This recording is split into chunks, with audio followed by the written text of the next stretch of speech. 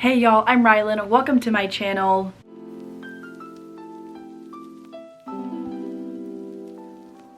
Today we are going to be talking about the 20 books that I read in the month of June. I have not read this many books in a month since sometime in the middle of 2024, and it feels so good. I was able to use July as a time to focus on my digital TBR, catch up on some NetGalley arcs, read books that have been sitting on my Kindle Unlimited shelf for a long time, as well as gravitate toward 2 physical books, which is amazing. In case you missed it, I did host a digital readathon in the month of June with my bestie Stasia, where our main goal was to read Kindle books and to knock down your ebooks and digital TBR.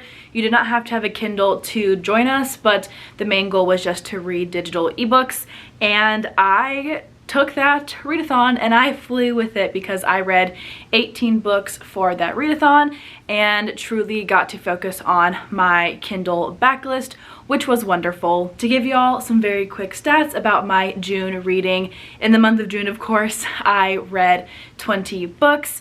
2 of those were physical, 18 were Kindle books, and out of those 18 Kindle books, 9 were from NetGalley and 9 were from Kindle Unlimited. Those 20 books that I read totaled to 5,030 pages. Several of these books were on the shorter side, being novellas, but I still feel as though the month of June went so well for me in terms of my reading and reaching those goals for the Back to Kindle Readathon that I had set for myself. I do typically attempt to make my wrap-ups pretty rapid, so I'm going to try to keep this quick. There are a lot of books to talk about, most of them being Kindle books, of course, so I'll have a picture up on the screen. I'll have content warnings for all these books in the description down below if you're interested in checking any of them out.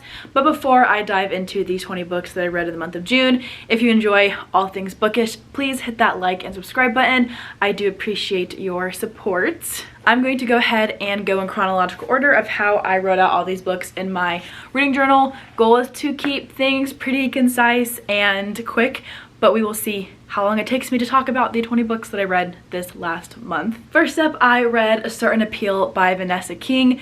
I gave this book 4 stars. It was a NetGalley arc that's been sitting on my shelf, I think, since 2021 or 2022. But this is a Pride and Prejudice retelling that takes place in the burlesque scene of New York City between our 2 main characters, Darcy and Elizabeth. This is a book that is full of found family and friendship. Some of the best side characters were friends of the main characters, and they were so lovely to follow. I loved watching their friends and their friendships and relationships turn into this found family by the end of the book. This is a very, very slow burn.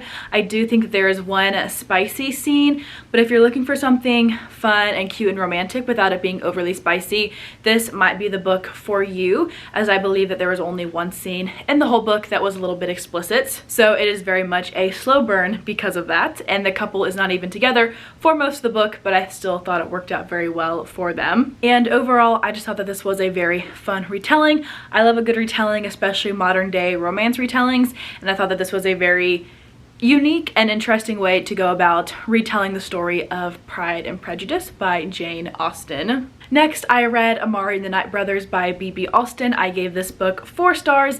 It was on Kindle Unlimited. This was a reread for me, but it is about a young girl whose name is Amari, who has been trying to find her missing older brother for the last 6 months.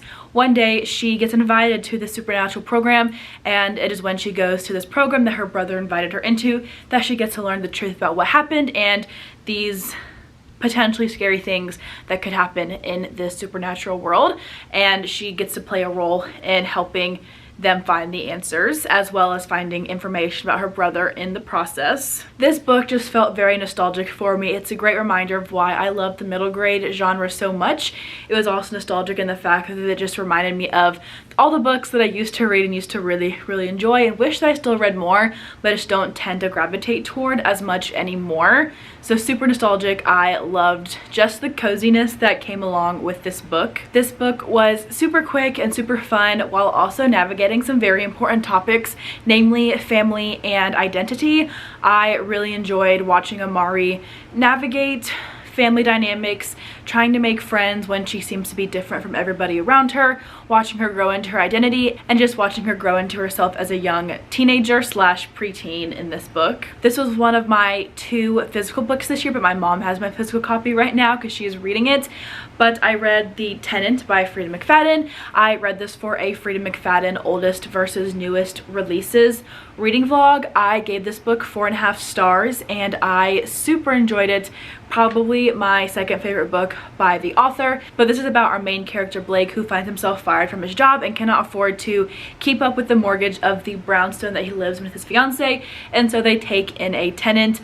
But once the tenant moves in, things quickly start going wrong, and Blake starts to believe that there are things happening to him on purpose, and he's trying to figure out what is going on and who his tenant actually is, because he does not think that she is who she says she is. This is the first book that I've read by Freida McFadden where we get a male perspective, which I was a little bit about overall. There were a lot of comments about female legs, women's bodies, and I kind of felt about that, but I did find this story to be super eerie, super captivating, one of the most intense that I've read from the author, and I did like that aspect a lot of the book. It felt different from a lot of what I've read by her, and the plot twists, I would never have guessed them. So that was another big thing that made me really enjoy this book in the end. Next, I read a collection of novellas, and I'm not going to go super in depth about any of them because they were all super short and I didn't actually enjoy most of them, but these were all on Kindle Unlimited, and so I read the whole collection for back to Kindle.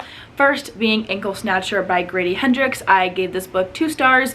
It is about a man who brings a date home and his day ends up being ended by a boogeyman under the bed, and this protagonist takes the blame for it and goes to prison. Also in this collection was It Waits in the Woods by Josh Malerman. I gave this book 4 stars. I believe that this one is my favorite from the collection. I've read several books by Josh Malerman in the past and have enjoyed them, and so this novella made me realize that short stories like truly can hit you or truly can feel whole. It just takes a certain way of telling the story to kind of achieve that for me.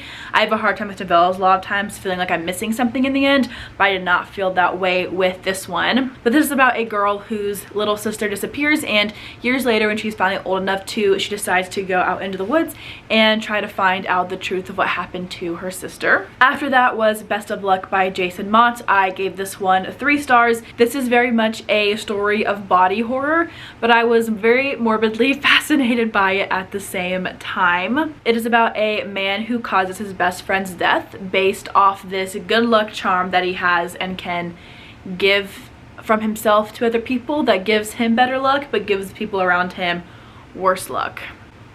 That's all I'll say about that. The next one in that collection was In Bloom by Paul Tremblay. I gave this book 2 stars. This is a story within a story about a reporter or journalist who meets this man who tells a story of this fungus that took his father when he was a boy. 2 more in this collection, so there were 6 books total. Next is The Pram by Joe Hill. I also gave this book 2 stars.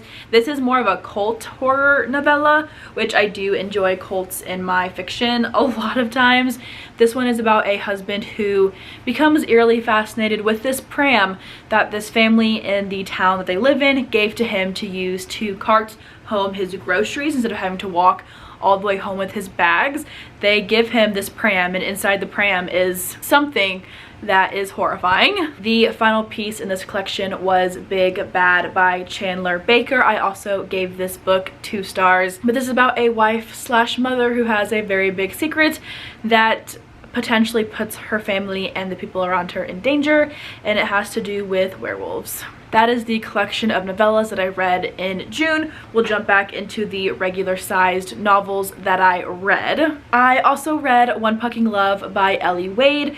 I have the book physically, but I read it on my Kindle, which is why I included it as a book that I read on my Kindle versus physically, but I do have a physical copy as well because I wanted to count it for back to Kindle. But this is a very short hockey romance. It is a brother's best friend where they were also childhood friends growing up. Iris and Cade have known each other since they were children, but something happens to them when they are both in high school, and it makes them kind of go their different ways for a couple years before they get reunited when Iris goes on a trip with her brother and his hockey team on which Cade also belongs. This was a super sweet romance, super fast, but I really was rooting for Iris and Cade throughout the entirety of the book. This is a story about grief and growth between both of our main characters, and I really enjoyed seeing that vulnerable side of them. This is the first in a hockey interconnected standalone series, and I do plan to continue with the series at some point.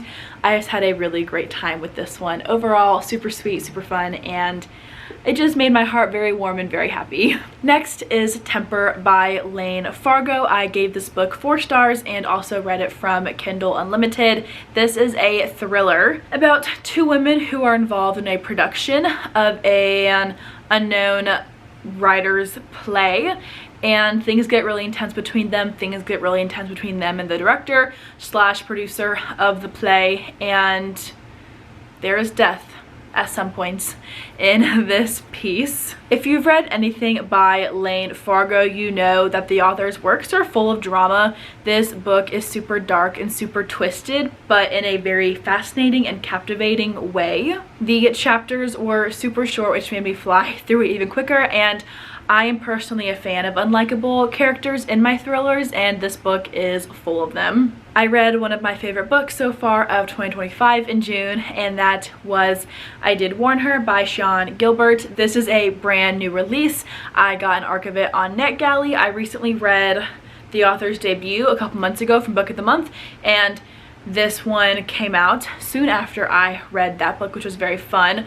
The author's debut came out last year or the year before that, I believe. But this is an isolated thriller that takes place on a yacht where stewardesses and members of the team are also being found dead. We are following the perspectives of all the stewardesses and getting to see all their secrets, all their unlikable traits, all their dark sides, and everything that they are hiding from the other members of their team. I love the isolated thriller trope, and so I knew just based on the synopsis that I was going to love this one, and it really did live up to that anticipation for me. If you like unlikable characters in your thrillers like I do, you will definitely enjoy this one, because every perspective that we follow, almost all of them, there's something unlikable about the characters. And again, because of these multiple POVs that we follow, we get to see all the drama take place, and it was honestly just addicting and a fun, campy time. Another NetGalley arc that I read was What the Neighbor Saw by Melissa Adelman.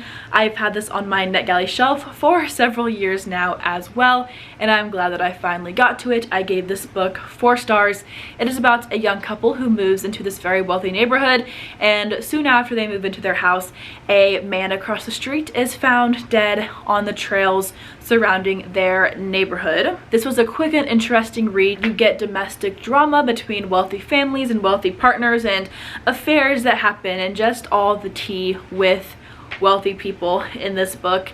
If you like women who get revenge on their terrible husbands, you might enjoy this book as well, because that does end up playing a big part in this book. And again, it is just full of rich people drama, which I find to be very fun. Another dark and twisted read that I finished was Just Like Mother by Anne Heltzel. This is a book about a cult that was disbanded when our main character, I think her name is Maeve, was a child, and she grows up in a foster home with parents who end up adopting her, and she has finally distanced herself from that past when her cousin from when she was in the cult ends up finding her, and it turns out that maybe the cult is not as disbanded as she would have hoped and liked. If you enjoy books about cults, this one is a must read. It's very underrated in my opinion. I have not seen a ton about it, but it was very creepy. It is full of characters who aren't really who you think they are, and the ending, the last 3 sentences of the book were insane, and I could not believe what I read when I finished. I think I sat there in my bedroom in my old apartment with my mouth just dropped open because I was in shock.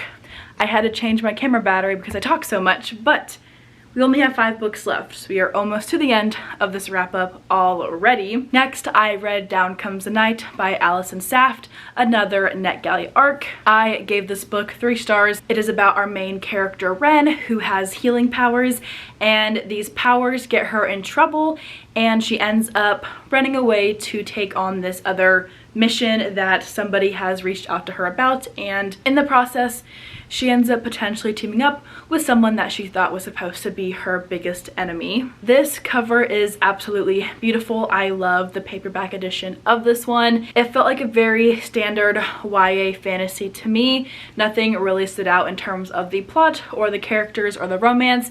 I enjoyed it well enough, but it was certainly not a favorite that I've read. I'm not sure if this is a standalone or a series, but I do think that if it was continued, I probably would not pick up anything else in the series.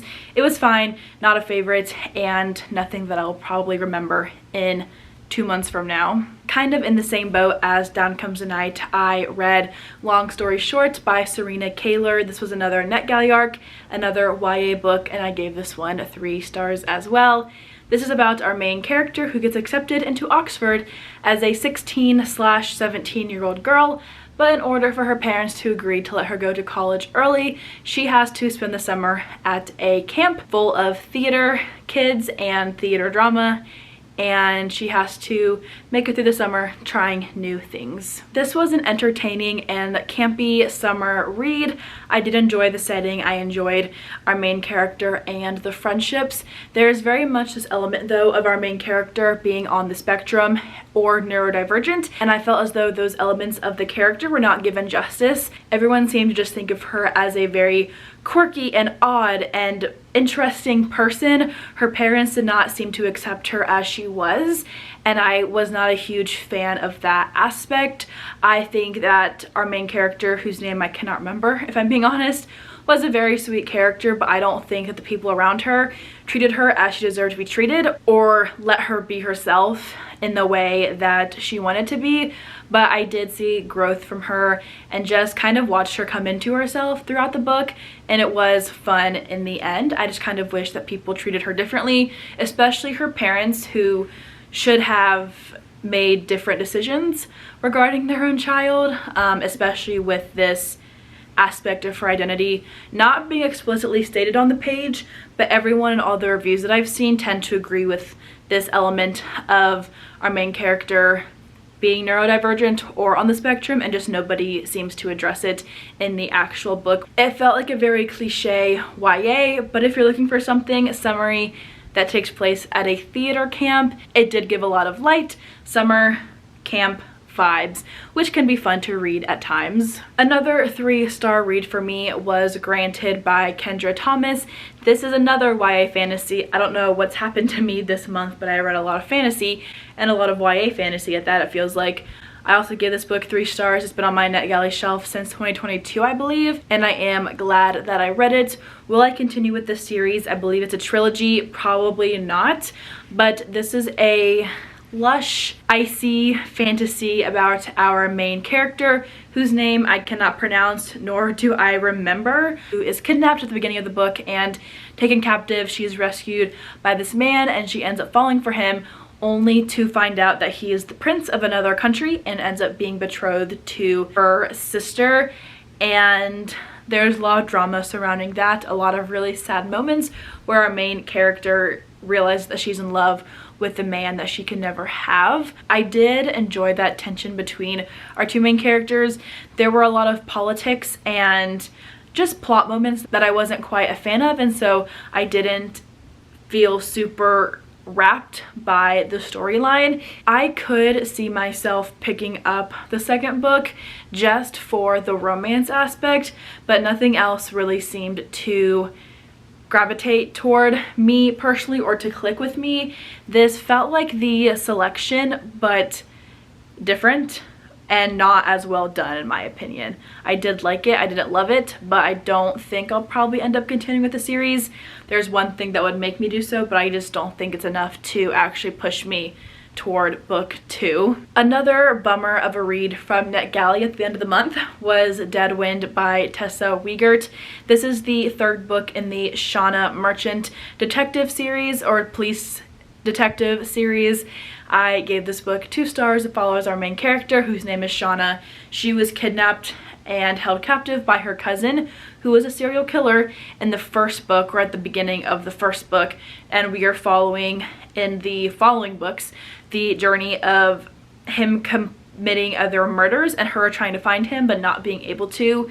For a serial killer series, I did not enjoy this one as much as I was hoping to. I liked the first 2 books. I believe I gave them both 4 stars, but this one just felt boring and repetitive and not as high stakes to me as I felt like it should have been, with it being the 3rd in a series. We don't know a lot about our serial killer. He always evades capture, and there's just not a lot of information about him. He wasn't an interesting or fascinating character for us to get to see, therefore I did not care about what he was doing. I thought that our main detective was kind of just going in circles. There were a lot of different plot moments that I didn't quite care to follow, a lot of chaos with the different mysteries going on, and unfortunately this one did not hold up for me like the first 2 books in the series did, which was a bummer. I'm not sure if this series ever continued. I've had this arc on NetGalley for several years and finally got around to it, but I don't think I would continue the series after this book. And then the final book of June that I finished is another physical book, Burnout by Rebecca Genshak. This was the June pick for the Mending Hearts book club, which is a romance book club that Stasia and I co-host. I read this one very last minute, but this is a sports romance between a motocross rider and an Olympic gymnast and their dislike to friends to lovers journey, and the tension between them, the chemistry between them, the idea of long distance relationships and how you do or do not make that work. And I just thought that this one was a very lovely time. I flew through it. I have some very fun tabs. I really enjoyed getting to read from both Knox and Avery's perspectives. Both are wonderful characters with very compelling lives outside of them as a couple. Especially Knox, I really appreciated and grew to love his family and his background and all the steps he took to make sure that his brothers got the best life that they could possibly have with everything going on in their home. Avery, I would have loved some more information about her past, especially her family and her journey in the Olympics, because I don't feel like for the sake of this book she absolutely had to be an Olympian, because it's not really a factor in the book, but it's mentioned a couple times. She could have just been an NCAA college athlete like she is in the present timeline of the book. But overall, I did love this one. I gave it 4 stars. It was my first book by Rebecca Genshak, and I would definitely pick up more. That is my wrap up for the 20 books that I read in the month of June. I kept that pretty short compared to past wrap-ups, so I am very happy about that. If you read anything great in the month of June, feel free to comment down below and let me know. I'd love to hear your best or favorite read of the month. If you made it to the end of this video, make sure to comment a motorcycle emoji. I do appreciate you sitting here listening to me rambling about all the books that I read last month. It was a pretty good month overall, I'd say, for me, both in quantity and quality. I did have some duds in there, but I had a lot of 4-star reads and even a 5-star read, which I will take any day of the week. I think I've had 3 5-star reads total this year, so I will always take one when I find it. That is all that I have for today's video. If you missed it, my July TBR is up on my channel now. I'll have it tagged above if you're interested in watching. Thank you all for watching my June wrap up. That is all that I have for today, and I will see you all in the next one.